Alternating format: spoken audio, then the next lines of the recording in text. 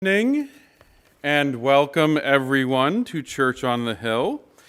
Tonight is the seventh, and I'm going to say the final installment of the 2022 series of the Future in Life and Faith, where we have partnered with Christopher Lydon to ask religious leaders and other important folks about what their life has kind of been like in the past, and what do they see the future, and how appropriate is it that we end this year looking at the environment, interviewing Bill Mckibben, where we asked probably the most significant question about the future of life, and maybe a little bit how faith, because I know in his new book he has a chapter on the church a little bit, right?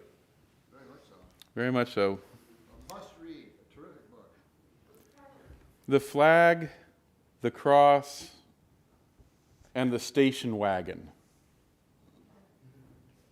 So without any further delay, welcome, and it is a pleasure to have you here, and we hope a fruitful and wonderful conversation that will illuminate our paths for our future life and faith.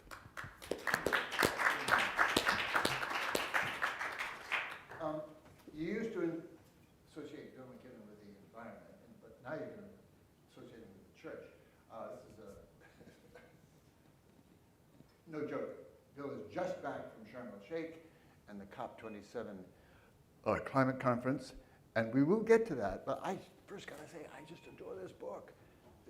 Bill is an incredible reporter, always has been, but this is something new. This is a retrospective on his own boyhood in Lexington, Massachusetts, the jewel in the crown of suburbia everywhere, but most especially Greater Boston.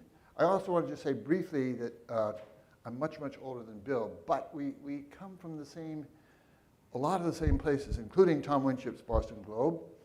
Tom was an incredibly important person for me, and Bill's father was the business editor in that Globe. Bill himself wrote a wonderful piece on Tom Winship after he retired. But in any event, I find Bill, and I hope we'll get to some of this, that we've been on so many parallel paths in the direction of Peter Gomes, for example, daily prayer at Harvard. I went to Yale, but Peter brought me into daily prayer and that remarkable world. The world you're looking at here is in many, many ways akin to the Greater Boston Interfaith Organization, trying to reinvent churches, the urban church in particular, but a new church. And we could speak for weeks on this chapter on the cross. Whatever happened to the church? I had no idea. We talk every time we meet here about the decline of membership and sort of the directions, the general compass points of the modern church. I had no idea it was so steep, so practically total. Bill compares his church experience, makes a sort of metaphor of Howard Johnson's. There's one Howard Johnson left, born in Quincy, Massachusetts, as you probably remember. But that uniformity, a certain kind of bland regularity of the church experience. I keep being reminded also of Jonathan Franzen's novel, Crossroads. Have you looked at that? Yes. Very much out of that same world. But as long as we can, certainly for a start, let's just talk about this story of the cross. The flag, kind of conscious patriotism in the light of our history, Lexington in a very particular case, but the cross as church membership, 52% of this country in Eisenhower years went to church on Sundays. It's more interesting than that. 52% of Americans belonged to one of the mainline Protestant denominations. Yeah, exactly. Forget Roman Catholics and evangelicals, who made up most of their other 48%. But 52% of Americans were Methodist, Episcopalian, Presbyterian, Lutheran, Congregationalist, or American Baptist. I mean, the TV evangelist had barely been invented at that point. And the station wagon, prosperity in general, high carbon living. Subtitle is important. A graying American looks back at his suburban boyhood and wonders what the hell happened. plunge into the church, Bill, or go anywhere you like, but Sure. it's all interesting to this group. Well, this is it's not really a memoir. It's as close as I'll ever write to a memoir. But it is about the place where I grew up, which was suburbia, and the period when suburbia was the American experience, sort of the years, the late 60s and into the 70s, when all the growth in America was coming in the suburbs, when we were building out this essentially new landform in the world, and the one that became the dominant American landform very quickly. And it was a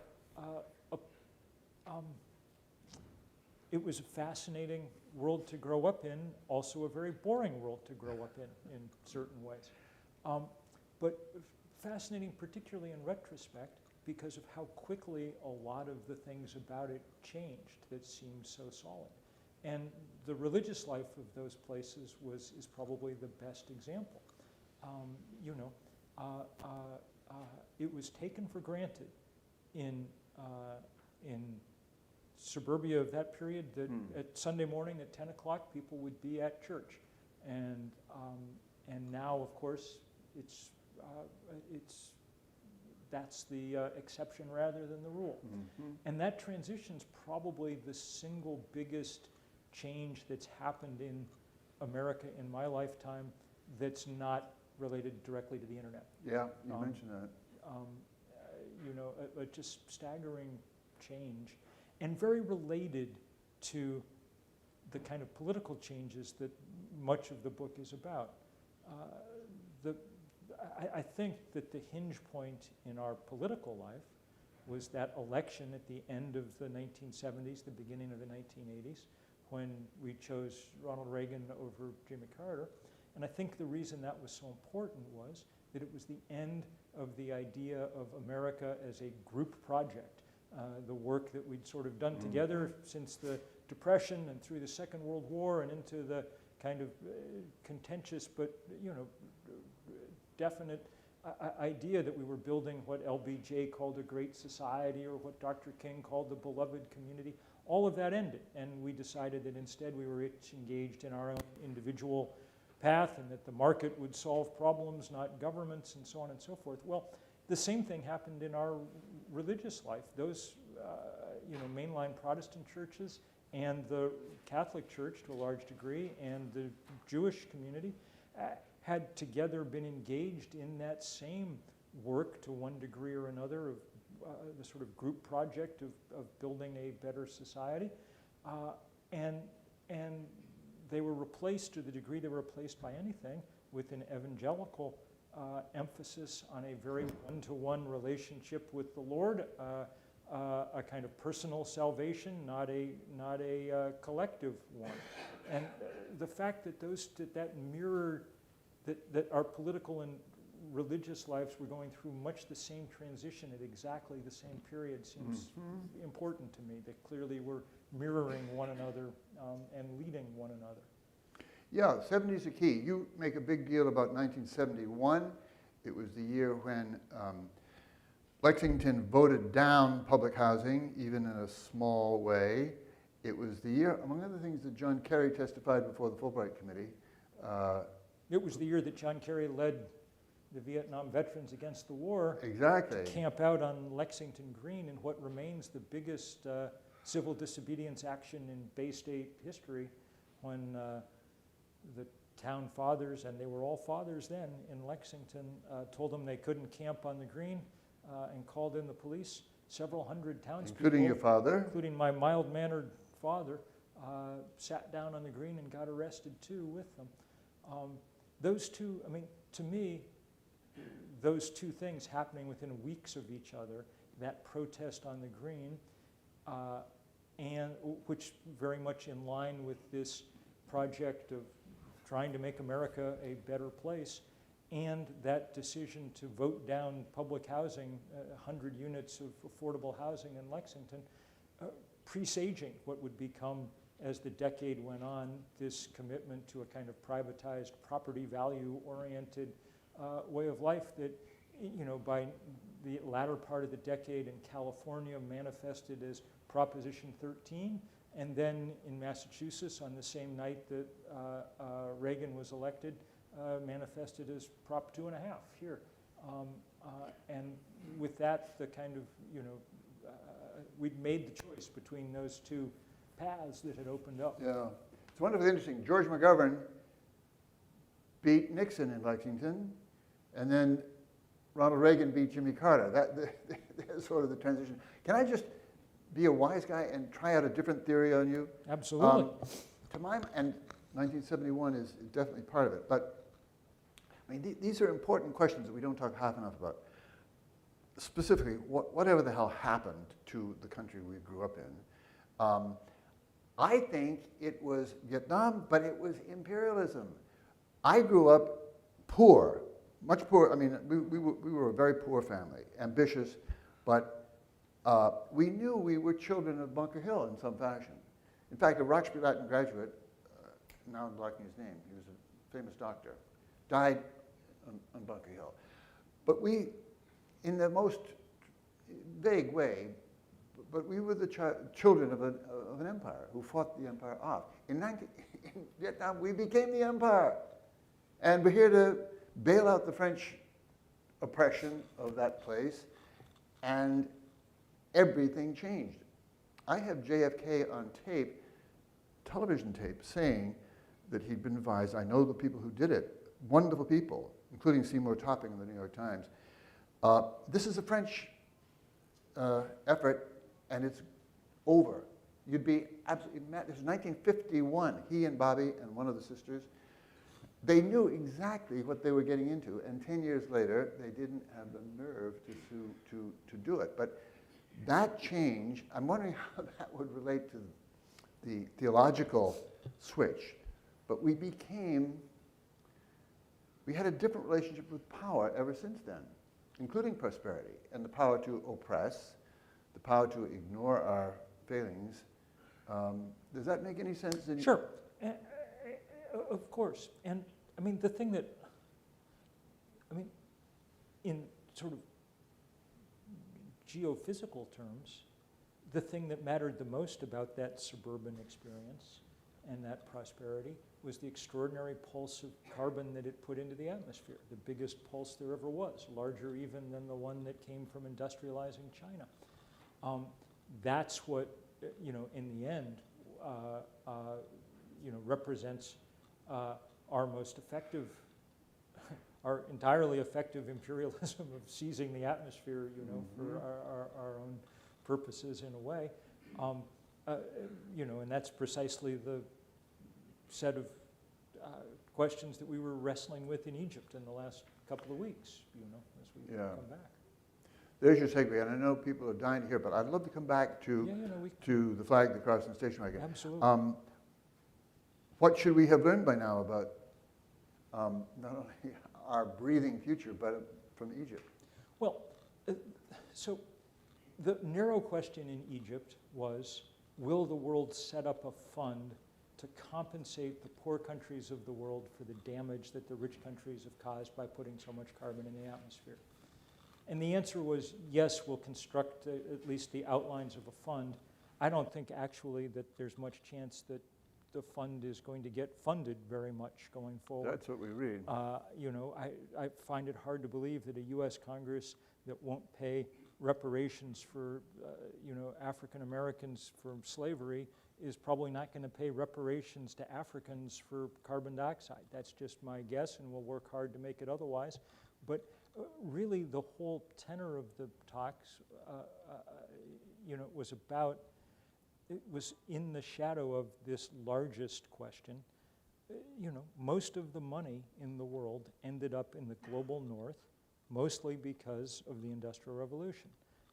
We've spent the last 200 years piling up money and piling up carbon in the atmosphere.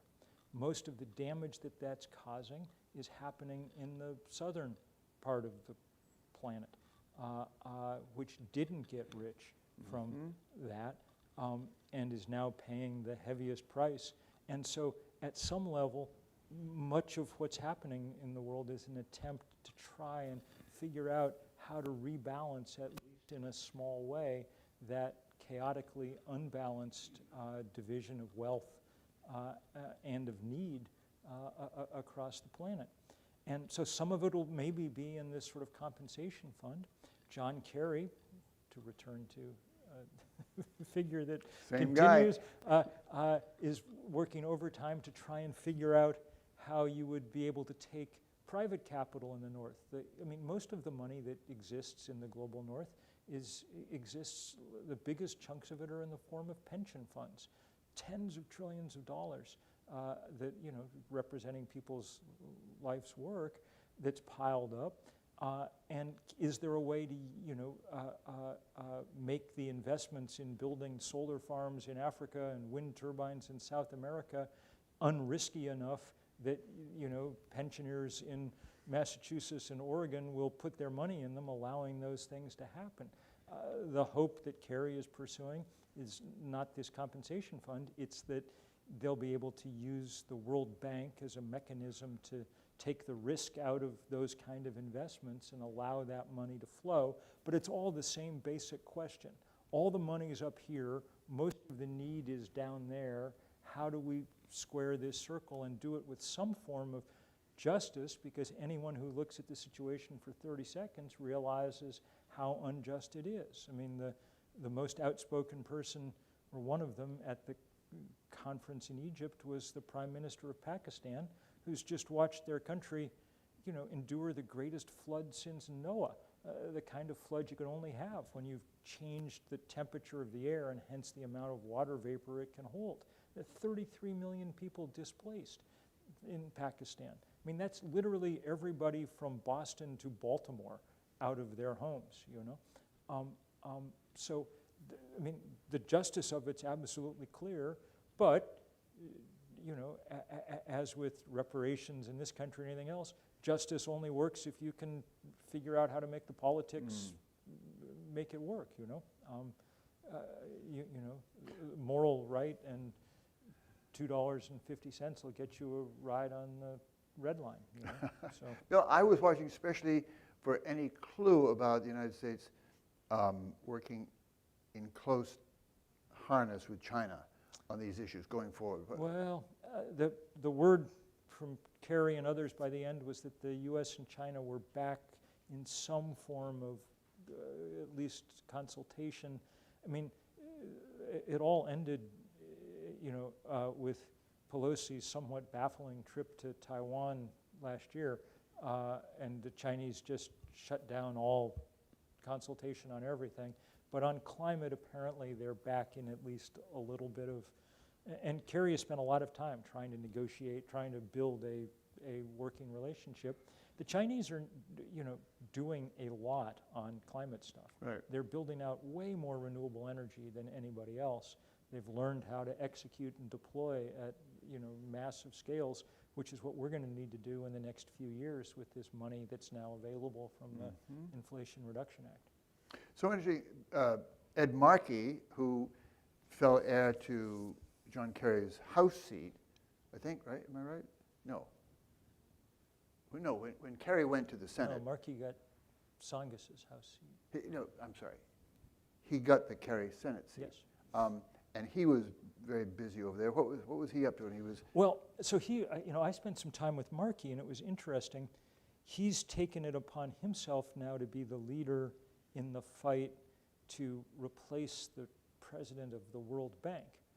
And that's the reason to do that is precisely this thing I was just saying about how the World Bank would have to be the kind of mechanism to take the risk out of these investments so you could get trillions of dollars flowing north to south for building Senegalese wind farms and Peruvian solar farms and things.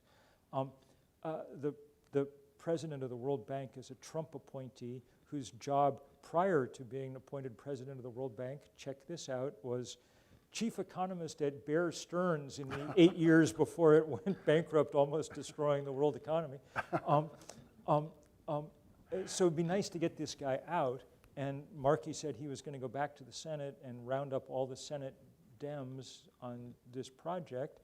That might be enough. The U.S. basically controls who gets to run the World Bank. We're its biggest shareholder. And the Dems, as you know, ended up barely in control of the Senate. So that may be a powerful thing. And other senators tend to listen to Markey on this stuff. Why? Because the one thing all senators are experts at is getting elected and reelected, and they were very impressed with the fact that Ed Markey went from 12 points down to young Kennedy to beating him by 12 points or whatever it was in the Senate election. You don't see swings like that very often, and it was entirely on the strength of his environmental record, his Green New Deal credentials, that he was able to get young people excited about his campaign and turn himself into a kind of meme-worthy, AOC juggernaut. helped, yeah, and the Green New Deal Yes, was absolutely. important. Yep, he's a good Paul. Come back, as we, in my own head, does every second. What the hell did happen? When did, and I want to come back in the church direction too, and I'd love to hear thoughts from the whole group on the church question, but when did our politics begin to seem laughable? We privatized. I mean, what happened was, I think, that we decided that the public was now unimportant and the private crucial in every sphere.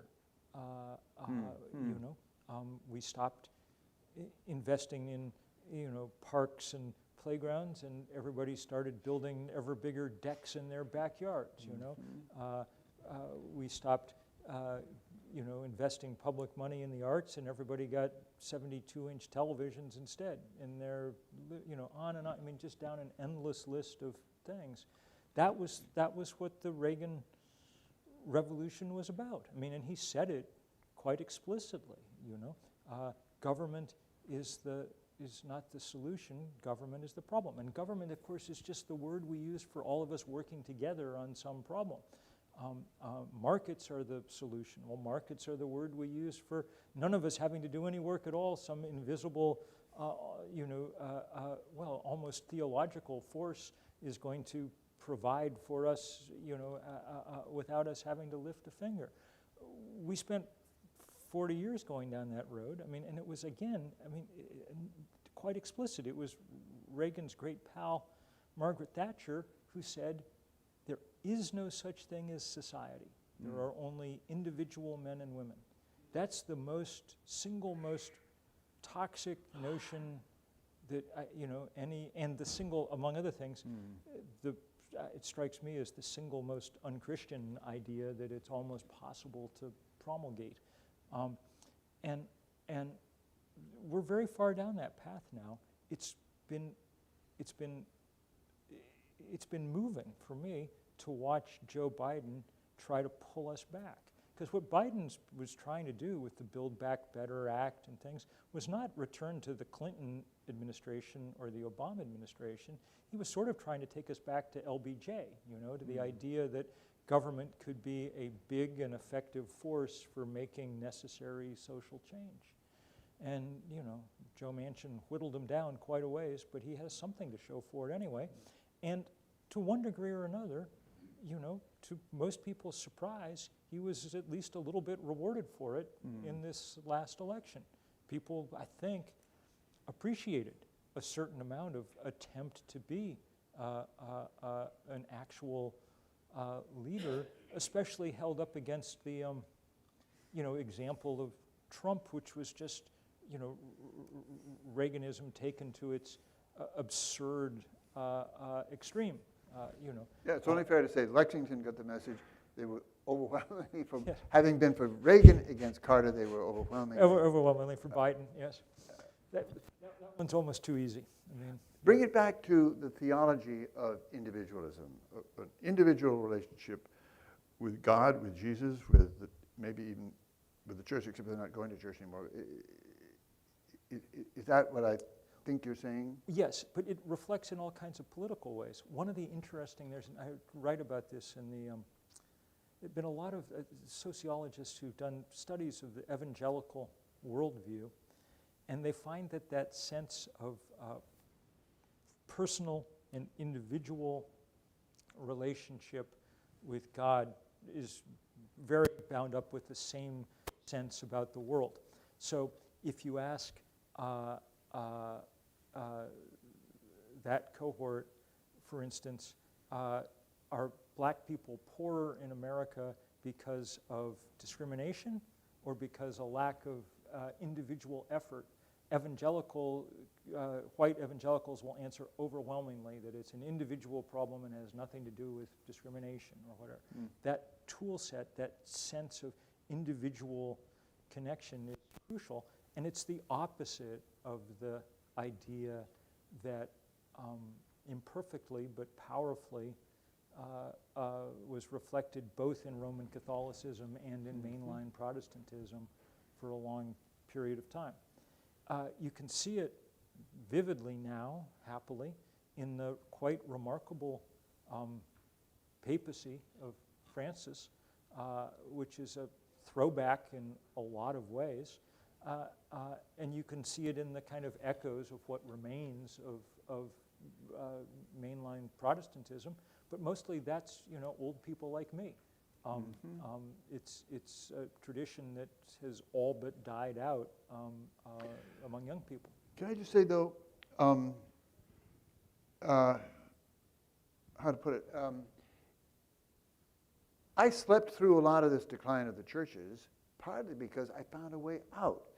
And you were finding your own way. But I knew Michael Haynes at the 12th Baptist Church very well, a friend of Gomes, but of course he had been a co-apprentice pastor on the staff with this young fellow from Atlanta at Boston University, Martin Luther King Jr. They started out in 1951, and I got to know Michael through politics, but I joined the church because I found everything I ever imagined about a church community every Sunday, for 3 hours every Sunday.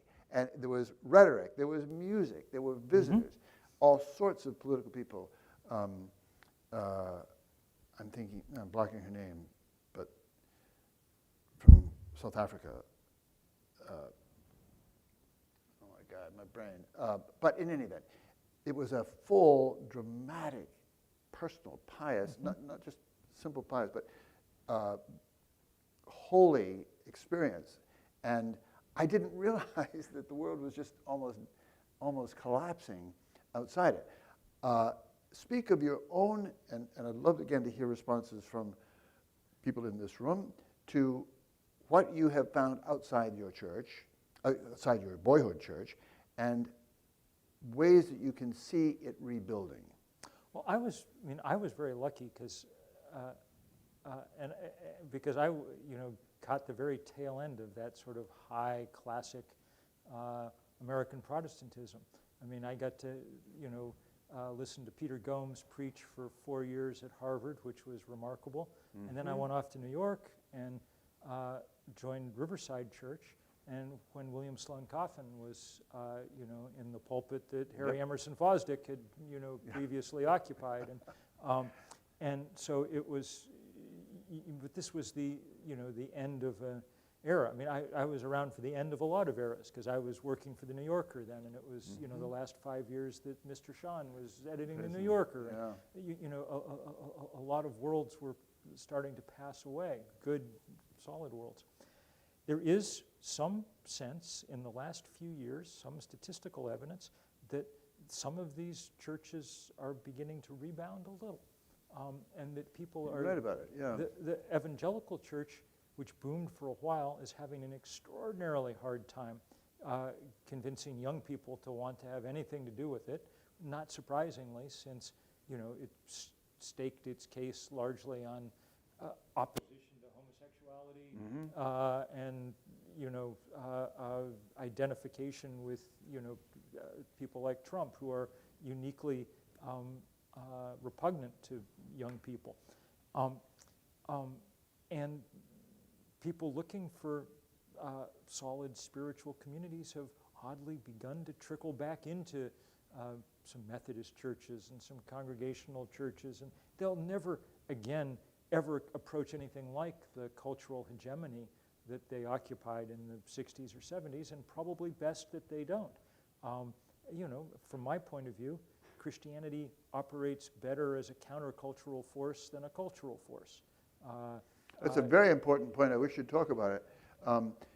It's supposed to be on the edge. It's supposed to be in opposition in certain ways. Well, Jesus is a fairly subversive character, no? Yep. I mean, the idea that somehow he, that in this country he's somehow been claimed by the Republican right as, it's just one of the cruel and weird. Only in America. Well, I mean, Except look, it's been not happening only here. in America. I mean, the Russian Orthodox Church is doing a pretty good job of full-on backing, fascism in Eastern Europe too. But the it's a, the Gospels are deeply subversive. We're told to turn the other cheek, and we're told to care for our neighbor.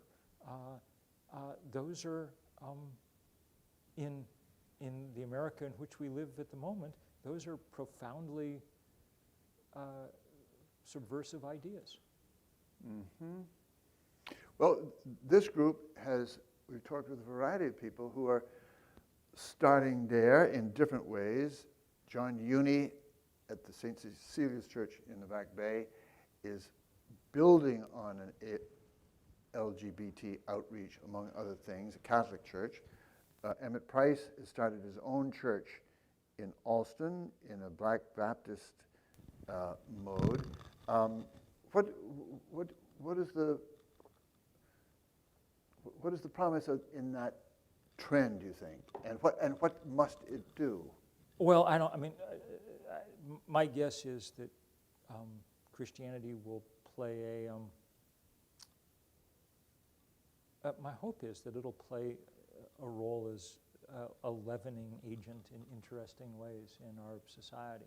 But it's not going to be play anything like the role it's played historically in the societies of the West. I don't think we're going to rebuild that. I think too much damage has been done to the brand, as they say. It's sort of, we're getting a chance to watch right now in the last 3 weeks since Elon Musk took it over, to watch the kind of fascinating, compelling story of somebody like managing to destroy something in real time in front of our eyes. Yeah.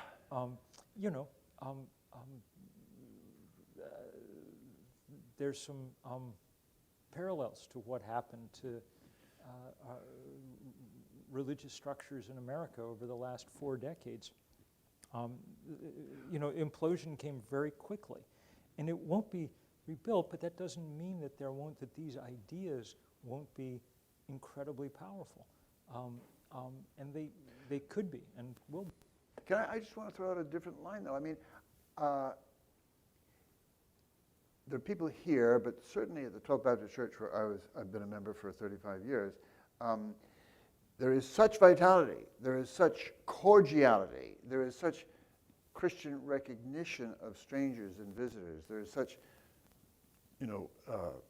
make a joyful noise tradition, and for me, and I shouldn't be talking about me, but it is such a joy to go.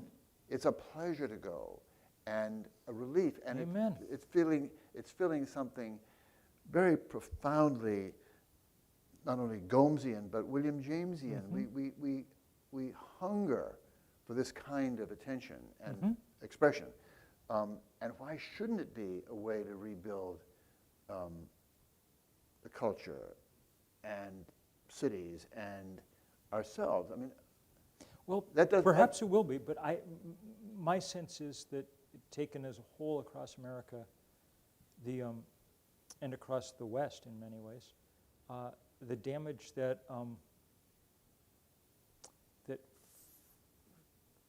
people who seem to me entirely false prophets have managed to do to the idea, of what the Gospels represent is fundamental and far-reaching. I mean, I'm always amazed when I meet any young people in the church anymore, because I have to say the same. they've had to somehow make the decision to do this in a society where, most of the examples of what Christianity represents are some combination of vulgar and cruel, and yet it's wonderful that some people find their way through, but it's going to be a pretty small number, is my guess. I mean, I don't. I mean, if you look around Western Europe, it just seems to me that we were 30 or 40 years behind what happened to things there. Well, I grant you, and my kids are not churchgoers. I'm impressed, though, that poor black people and their kids, when you sit down to a meal, they are ready to say a prayer, and they can each do it on their own. And it's an inexpressibly beautiful thing. Amen. Absolutely. Well, I think in certain respects, they will teach us, or we will lose out if we don't learn something important from that. I'd love to invite people in this wonderful group to speak up with questions or even comments. What are you hearing about your own building, rebuilding ambitions, experiences in Greater Boston? The general rubric over this whole series of conversations has been faith I've got a and life. microphone to include people, if you don't mind. Good. Sheldon Bennett was the pastor at the Church of the Presidents in Quincy, Massachusetts, and I'm going to ask him to make a comment or ask the right question. Thank you, Sheldon. Well, thank you. Well, first, Colin just introduced me. Colin's a good friend of mine, and he sent me an email earlier this afternoon that I better be here or else, but I was planning to come anyway. Well, Colin's a leader, and he brought me into GBIO, and that was the best thing that ever happened to me in my ministry. So I want to thank Colin. I'm sorry, I need to hold this up a little. Well, first, Bill, I want to thank you for this wonderful conversation, and also for your years of prophetic leadership. Amen. And it's been very important. And I'm very glad, I didn't know about your book, and I'm very glad for the title. It's the three words there are exactly the question that I'm coming to, except coming maybe a little different way. First of all, just to recite the obvious here, scientists have been warning about climate change with increasing urgency for over a century. And environmental activists, yourself, Al Gore, and now Greta Thunberg, and many others, even me in my little way, have been warning of apocalyptic consequences for decades. And as you mentioned, the 27th, or COP27, 27 COP summits have come and gone, and frankly, the progress can seem discouraging. So what I want to say here is that history shows that reason, facts, and rhetoric of warning and catastrophe by themselves seem seldom to have sufficient power, to mobilize a broad communal response to build a political will, social will, and political will to make the sacrificial changes that are most likely needed to really get us where we need to go.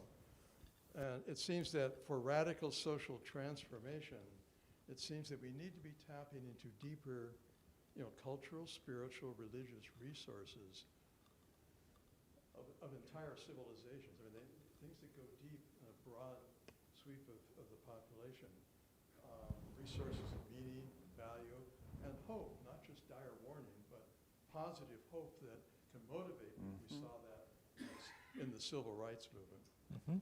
So my question is this, and I think you've addressed it to some extent in your book, and just from what you've been saying, is what might these resources be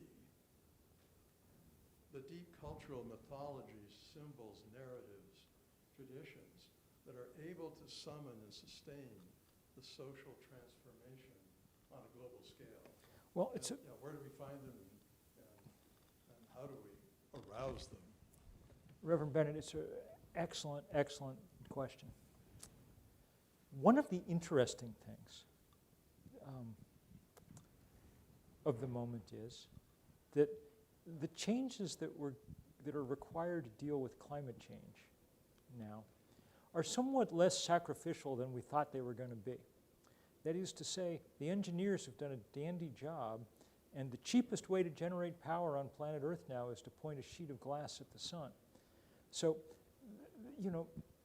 one could imagine a world where at least the problem of putting too much carbon in the atmosphere we could solve without extraordinary shifts in our ways of life, I mean, we'd get a lot of it done by substituting electric vehicles for internal combustion ones, air source heat pumps for furnaces, shifts like that. The sacrificial part, a lot of it, falls on the fossil fuel industry. The one thing we really have to sacrifice is digging stuff up and setting it on fire. That's been the human habit for 700,000 years, but we don't need it to be anymore. The good Lord hung a large ball of burning gas 93 million miles away in the sky, and we now know how to take full advantage of that to do what we need to do. We can capture its rays on photovoltaic panels. We can, take advantage of the fact that it differentially heats the earth, creating wind that turns those windmills, on and on and on. And I think that actually, that's the story I've been trying to tell this year. That's the most interesting idea. The idea that we could actually bring combustion basically to an end on the planet. Another way of saying it that I often use, especially when I'm talking with evangelical groups, is, which do you want? Energy from hell or energy from heaven? That's your, those are your choices, and choose it up. And that's a pretty remarkable set of stories that fit in with a lot of interesting archetypes about light and darkness and so on that are extremely powerful and at play. And I do think we need that sense of mission that to drive it. We need something that goes beyond just the kind of we can make more money this way, because that'll work eventually, but it won't work fast enough. And we are in a time test here. It's unlike all the other political issues we face, which just go on and on forever, and we make some progress and then we regress and we make a little more. Well, that sort of works with healthcare or, whatever. It doesn't work very well, but sort of. But it doesn't work with this one, because once you've melted the Arctic, there's no plan for how you freeze it back up again. So I really do think that that's, and one of the things that made me really sad about the last couple of years was that Joe Manchin took many of the really beautiful things out of this Build Back Better bill. And one of the things that he took out that was very dear to the heart of Senator Sanders, who tried to get it in, was this 21st century update of the Civilian Conservation Corps. I was going to call it the Climate Corps or something, and just get millions of young Americans out building, clearing ground for solar panels and putting up, doing all that kind of work, in doing it in that kind of mission spirit, And so I very much wish that was in there, because I think we need that kind of drive to try and help people understand the really transcendent importance. Understand that we need to bring the same kind of emotional commitment that we bring to, the only thing we really bring that to is nations historically is fighting wars, and it'd be nice to figure out how to have the moral equivalent of war. Yeah. To go back to the Jamesian. Reverend Bennett spoke of hope. How many people know that, in a certain sense, the panels collecting the sun's energy have turned a corner? That we're on a different path, even as you started writing about stopping burning things. Well, you know, I don't think most people have yet completely internalized it. I don't think the news, but it's very good news that not only are they cheaper, but they get cheaper and cheaper with every passing year because we get better at building them. And, you know, that is powerful good news.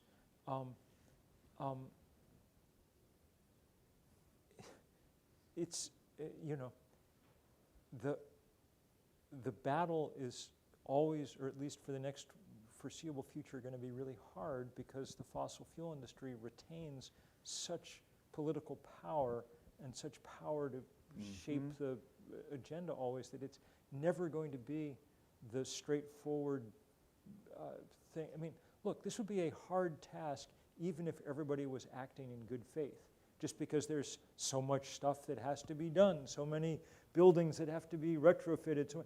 But the fact that there's a substantial power block acting in bad faith makes it extremely difficult. I mean, look, I've spent the last 15 years going to jail over and over again. That is so stupid if you think about it even for a minute. Like, why on earth would people need to go to jail to get our leaders to pay attention to physics, you know? There's something just absurd about the whole thing. And, you know, every once in a while, I mean, I don't mind that much, but I hate asking other people to do it, you know? And I'm going to ask you guys tonight, not necessarily to go to jail, but, you know, we're standing up a big national day of action at Third Act to take on the big banks that fund the fossil fuel industry. And on March 21st, 3, 2, 1, 2, 3, we're going to be inside and outside as many of the offices of Chase and Citi and Wells Fargo and Bank of America as we can be. And, you know, and I mean, at some level, it's absurd to, you know, have to do this in order to get these guys to stop giving new money to build new fossil fuel stuff to the, you know, I mean, every scientist in the world has now said, don't do this anymore. This is stupid. You're going to break the world if you keep doing this, but they keep doing it. So we're going to have to go, you know, do it again. And, you know, How do I you have no do it, doubt Bill? I'll end up I in jail keep again. wondering, and I also wonder, what is the spirit among the younger people that will be out there in front of the banks? Well, the young people are doing their job, and this is one of these places where we should not have the slightest worry about the young people. They've done an incredible job. I mean, I started 350.org. I was in my 40s, but with 7 college kids. One of the things we built was this divestment movement that's become the biggest anti-corporate campaign in history. We're at $40 trillion in endowments and portfolios that have divested, including every important university almost on the planet. The kids who did that work went on to form the Sunrise Movement that brought us the Green New Deal. That's the reason we have the Inflation Reduction Act, because they demanded $30 trillion, you know, that's why we got $500 billion out of, I mean, a good lesson that you should ask for 30 if you want one, you know. You know, and then there's Greta Thunberg, who's one of the great, you know, I mean, she stands with Gandhi and with Dr. King and with others as a master of the politics of gesture. You know, there she was with that just incredibly powerful, I'm not going to go to school. Why should I bother preparing myself for the future if you won't bother preparing the future, the world to have some future for me? It was such a, I mean, it was like making salt, you know, or sitting down in a bus or whatever it was. I mean, just brilliant piece. And there are millions and millions of kids following her. So the thing that I think is important now is not young people, but old people, like me. So we started a year ago this thing we call Third Act. It's for people over the age of 60. So you can tell your parents about it, everybody. that's, we're defense of older people, in defense of climate and of democracy, the two things we took for granted and we shouldn't. And we've had an exceptionally interesting first year. We're having our first birthday party. We do these monthly Zoom calls, and on December 7th, Jane Fonda will be hosting the sort of first birthday party. But we've got tens of thousands of volunteers spread around the country. There are chapters springing up everywhere. People thought that older people, the conventional wisdom was it didn't make sense to try and organize them because people became more conservative as they aged. But I think for this generation of people in their 60s or 70s or 80s, that isn't true. Because our first act was in this period of extraordinary social and cultural and political change, the stuff that I'm sort of talking about in that book. You know, the period when we started taking women seriously as political actors, when the apex of the civil rights movement, the beginning of environmentalism with the first Earth Day and all of that. If you have any doubts, look at the things that the retrograde Supreme Court took on this year to challenge. The Voting Rights Act of 1965, the Gun Control Act of 1968, the Clean Air Act of 1971, and Roe v. Wade 1973. All the things that marked this period when we were conceiving of America as a group project that we were going to try and make it better. Well, we won those fights once. Maybe we can win them again. There's 70 million Americans over the age of 60. We are even more politically powerful than that because we all vote. There is no known way to prevent old people from voting, and we ended up with most of the money. Fair or not, the boomers and the silent generation have 70% of the country's financial assets. So that's why we're trying to swing people into action to back the kids up. And it's fun. We did a protest outside the banks in Brooklyn a couple of weeks ago, marched between all the bank branches, and there were tons of high school kids there because they're completely down with all this, and they're somewhat sprier, so they were at the front of the march. But at the back, there was a big crowd of us from Third Act with the big banner that said "Fossils against fossil fuels." So we're trying to figure out how to make this stuff happen, and very hopeful that people will join in and be part of it. It's not okay to be the first generations that are going to leave the world a way worse place than we found it. I mean, that's not the title we were hoping for. We have the oddest of things here in the church. We have somebody almost unheard of. We have somebody seated in the front row of the church, and he is entitled to a question. May there be more in the future. Thank you, Bill, for the inspiration. I read the print off the flag cross and station wagon. I try to read everything you've written. And I really am enthused about Third Act. Great. The question I have, and I just don't know the answer, and maybe you can help out, and maybe Third Act can get on this at some point. We appear to have, you're talking about sacred things and secular things, we appear to have a utility industry that has no intention whatsoever of ever providing clean power. That's what it appears to be. And I don't know what can make that change, how or why, or I think I've made my point. Yes. And how do we teach people how to point that piece of glass effectively at the right altitude and azimuth to harvest that sunlight? Yep. And so let me just shut up and thank you. No, it's a perfect question. So, Thank you. So all this technology is available, but now it has to be deployed. And that's the next task, and it's going to be really hard, especially because the fossil fuel industry and the utilities will try to delay it at every turn, and delay is an easy thing to do. So we need citizen, these things only work when people push and make them so. We've done a lot of work you know, in the past, movements have had to be mostly about stopping things, bad things. Now they also have to be about pushing good things. One of the places to do that are state public service commissions. They're incredibly powerful and important because they regulate utilities. They're also incredibly boring, so everybody leaves them alone. And so they've, almost without exception, been captured across the country by the utilities that they're theoretically regulating. But one of the things we're trying to do at Third Act is train people up to be able to confidently go and you know, they're so boring that, and people pay so little attention that if 5 people show up at a meeting, it's a big shift. And all of a sudden you have some real power to push them around. Now, Massachusetts is in a good place right now going forward. Maura Healey understands a lot of this stuff in good ways.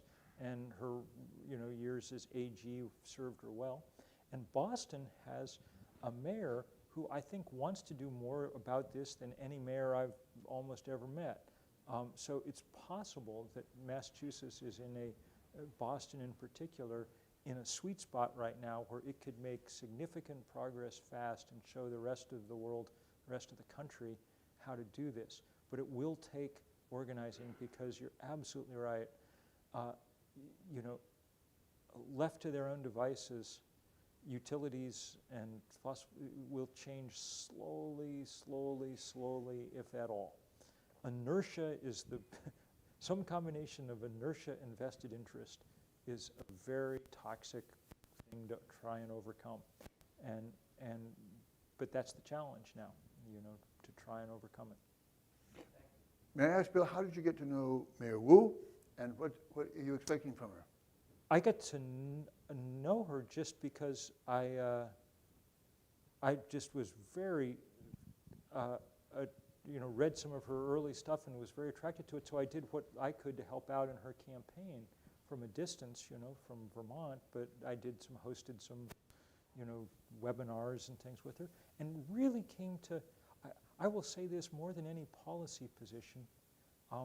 She just struck me as one of the kindest public figures I'd ever seen.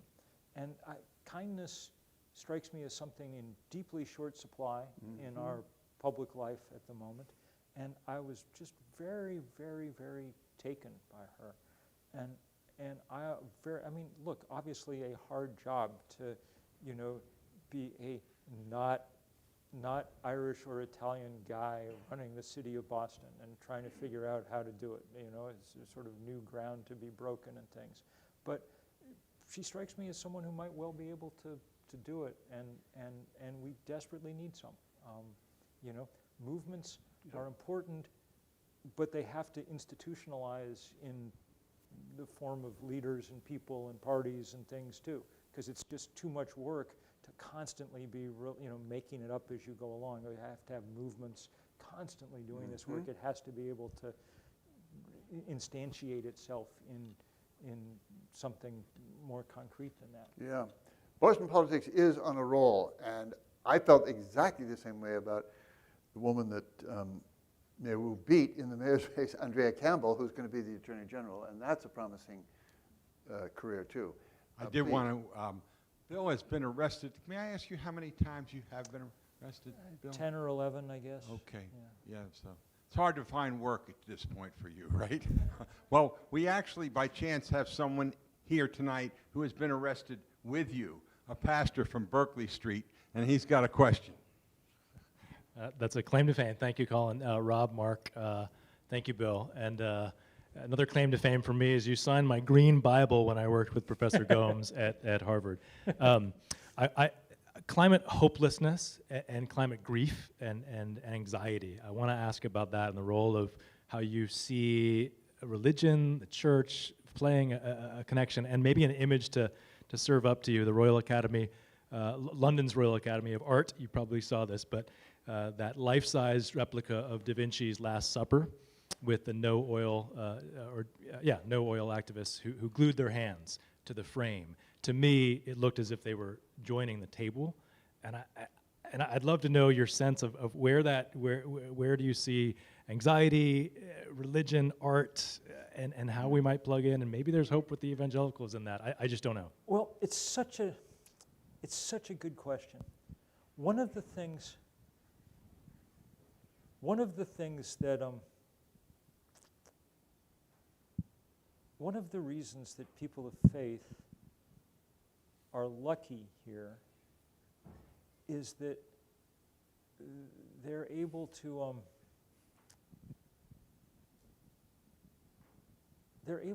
posit some reason to think that the world might meet us halfway. That if we did everything that it was possible that we could do, that there might be some force in the world that would respond, some force other than physics. That the Holy Spirit might actually, and that's a great luxury that most of young people don't have at the moment, and it's one of the reasons why that grief and anxiety is so enormous.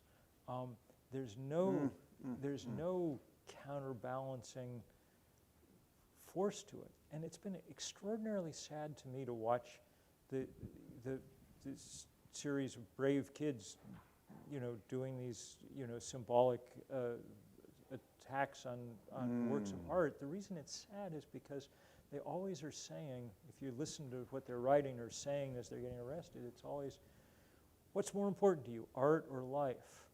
And that we've forced people into a situation where that's the choice that they feel like they have to make. I mean, I get what they're saying, because clearly we haven't taken the desecration of life seriously at all.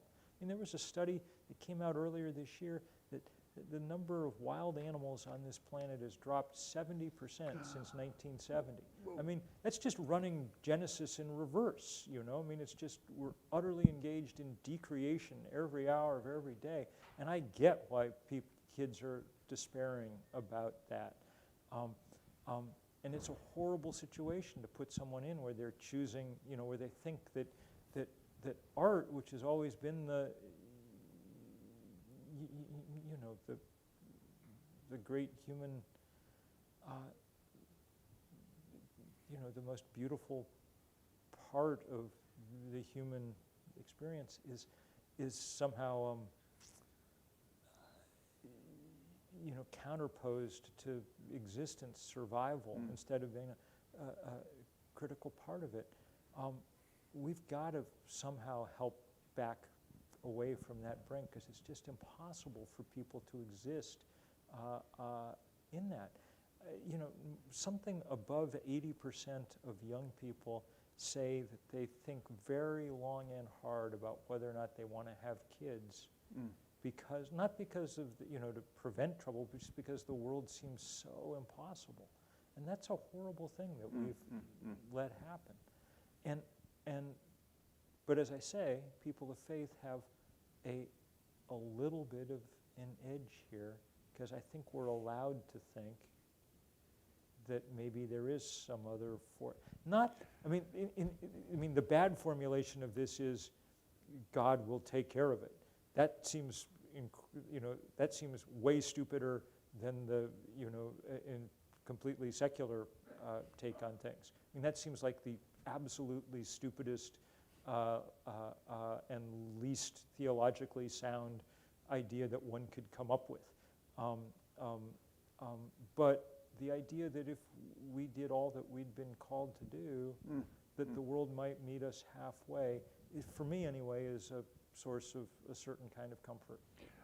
Bill, I watched you articulating that, and you said it so beautifully.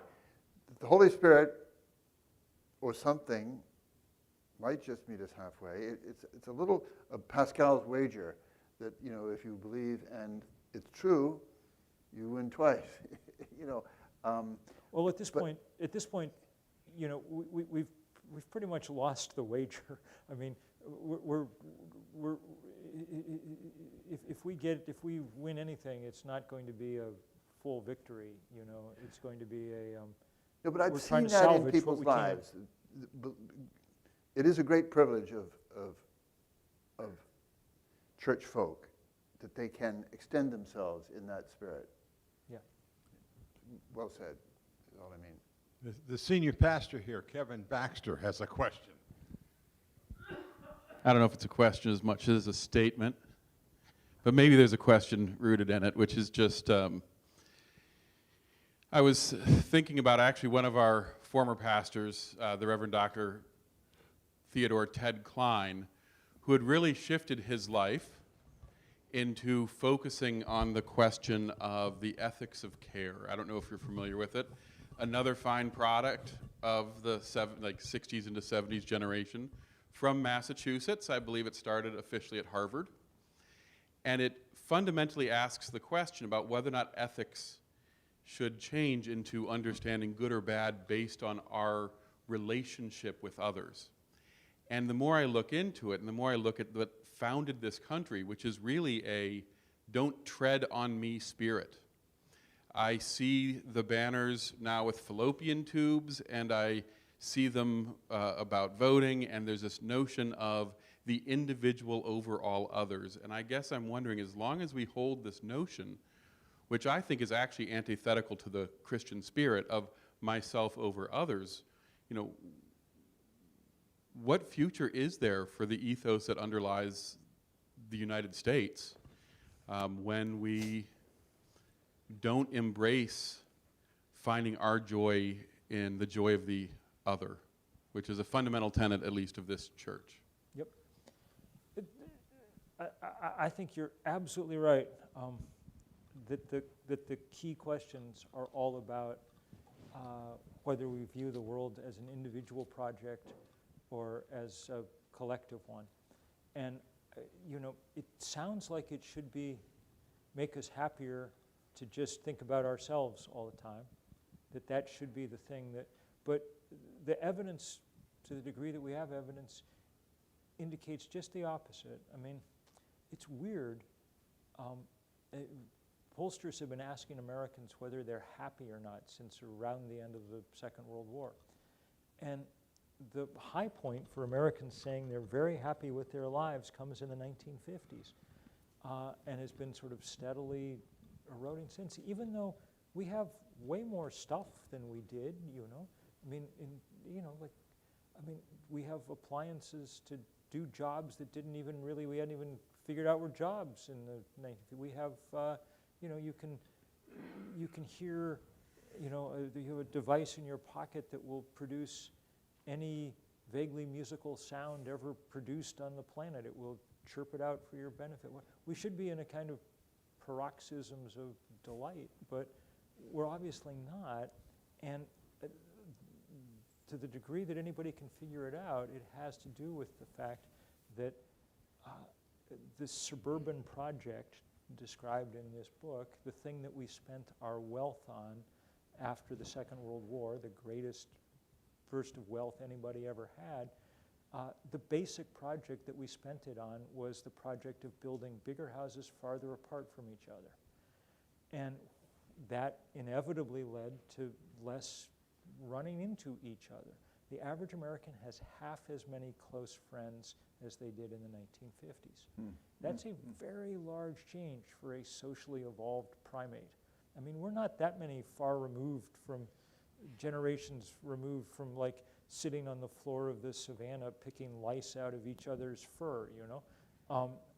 And so it's disconcerting to suddenly find ourselves, that our main communication now is, with the palm of our hand looking at a, sliver of glass that's all about whatever set of things we've programmed in as our particular interests. It sounds like it should be great. It's all about you, but as the gospel makes clear, that's not really what we were designed to do. So it shouldn't be so strange that it's leaving us less. But whether or not there's a way back out from that is not clear. Neighborliness is a talent, and once you've lost it, it's not the easiest thing in the world to get back.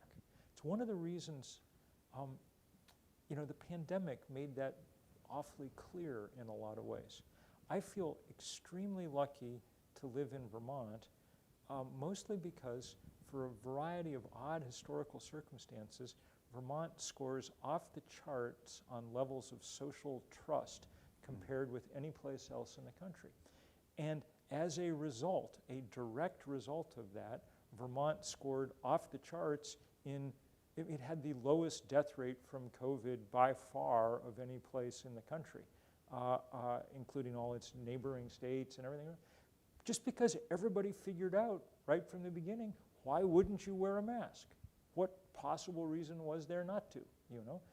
And so everybody did. And that was a, I mean, talking about, I mean, we're going to have very few chances in our world to have a better, you know, better lining up of who cares about their own selves and who cares about other people as a kind of, you know, than that. It was like a big natural experiment to get at this philosophical question, and we didn't do all that well as a society, you know. Can we, I don't want to yes. I think one of the problems we have is, like you mentioned, Joe Manchin in West Virginia. I saw a program where one of the oil executives was really just telling how they used to have regular meetings with him. And he'd tell them what to do. And then they pay him off, and he pays other leaders off, and we get sold out. Yep. I think, you know, we need to have an open ballot initiative where if our leaders, because the Constitution says we the people, it doesn't say Joe Manchin or none of these people, and then we can overrule them. I mean, you know, we're going to hell in a handbasket.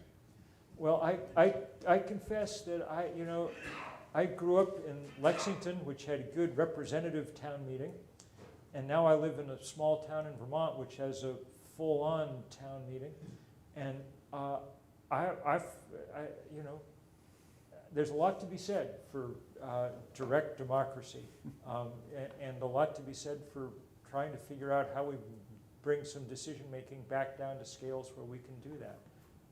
Among other things, I mean, that, to go back to those questions of social trust that we were describing, one of the reasons that Vermont has high levels of social trust is because everybody in all its towns have to get together once a year to figure out, you know, are we going to put a new roof on the school, and what's the, you know, and it just requires you to be at some level, like if Donald Trump showed up at town meeting and got up and started, you know, gassing on in the way he does, people would listen for about a minute and a half, and then they'd just, you know, the moderator would crack the gavel and say, Robert's rules, or, you know, time for you to sit down, you've said your piece, and now we'll, you know, we've got important work to do. And, you know, it just wouldn't be tolerated, that, you know, people wouldn't, it just wouldn't be imaginable. In the very unrepresentative, very alienated political world we've built, you know, Trump or whatever just becomes a kind of spectacle that lots of people tune into because it represents some sense of resentment or rage or whatever that they have about the world. And so I think you're right. There's a lot to be said for figuring out how to scale things so we can make actual decisions ourselves more and more. Could I ask a ridiculously quick question?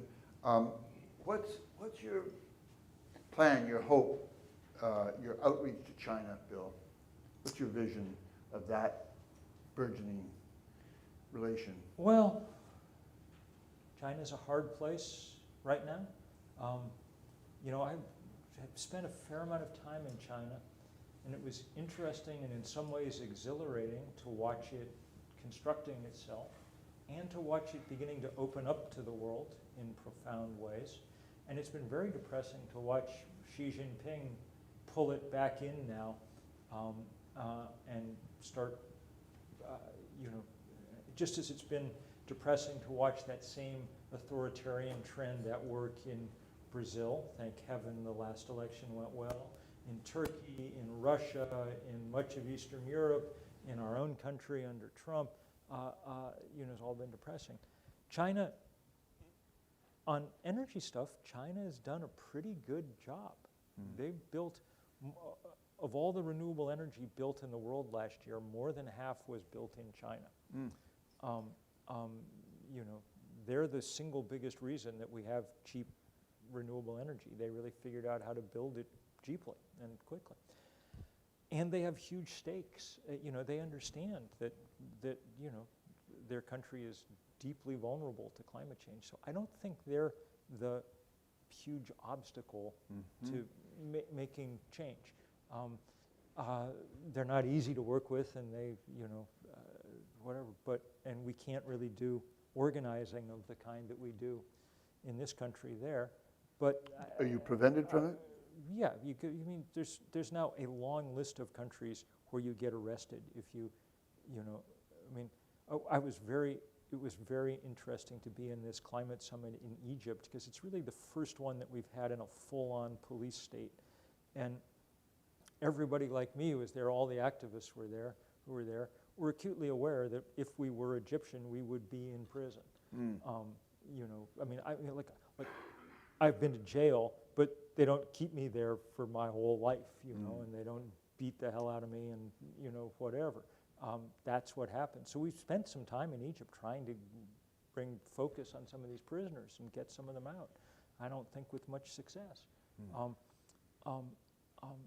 It's hard to do. It's one of the reasons why we're focusing a lot on banks and financial institutions, because the world's gotten much harder to try and affect political change in much of the world, even over the last 5 or 10 years. Most of the money in the world, however, is still in New York, Chicago, Bonn, Los Angeles, London, Tokyo, places where we can get at it, where we can try to exert control over it, try to influence what gets done with it. So we're going to be pulling that financial lever as hard as the political one, I think, in the years to come. We have a wonderful reception for everybody. I want to thank everybody for coming, particularly the people who are Zooming with us tonight. Thank you to them. I do want to ask you, Bill, what is the magic of 1.6 centigrade, and how do you evaluate that at this point in time? The 1.5 target came from civil society, activists, especially in the global south. The first place I was in the room, the first time anyone ever used it as a target, because we'd been, people had always talked about 2 degrees Celsius as the target. And by about 2009 at the summit in Copenhagen, it was becoming clear to those of us who were paying attention to the science that really 2 degrees was way, way too much, that damage was coming at lower levels than we'd anticipated, and that if 2 degrees, there were many countries that were going to be wiped off the face of the earth. There were going to be island nations that were going to be flooded and so on. And so a bunch of those nations in Copenhagen got together and started talking about this, and they, the chant that went up, and I was there when it first went up, was 1.5 to stay alive. And by the time we got to Paris, 6 or 7 years later, that sentiment was strong enough that the big countries felt compelled to include it in the Paris Accords, not in the real text, only in the preamble. But the countries of the world, and I don't think they really thought they were signing up for much when they did it, but there's a line in the preamble that says the world will do its best to hold temperature increases below 2 degrees and as close to 1.5 as possible. Well, once people had said it, that became the mark that scientists and things started studying and modeling to figure out what we needed to do. And so, that really helped. The IPCC, the climate scientists, used this report to say, if we want to meet that 1.5 degree target, we have to cut emissions in half by 2030. And all of a sudden, we finally had a kind of timetable and target and whatever. We're not going to meet it. The planet's going to go past 1.5 degrees, at least temporarily, and it could happen very quickly. Jim Hansen has said that if we get a strong El Nino in 2024, we may go past that mark in 2024. But it's given us something, a kind of useful anchor to try and hold people to 1 degree or another, 1 degree or another. And so as usual, you know, it's the people who are doing their best here are scientists and activists.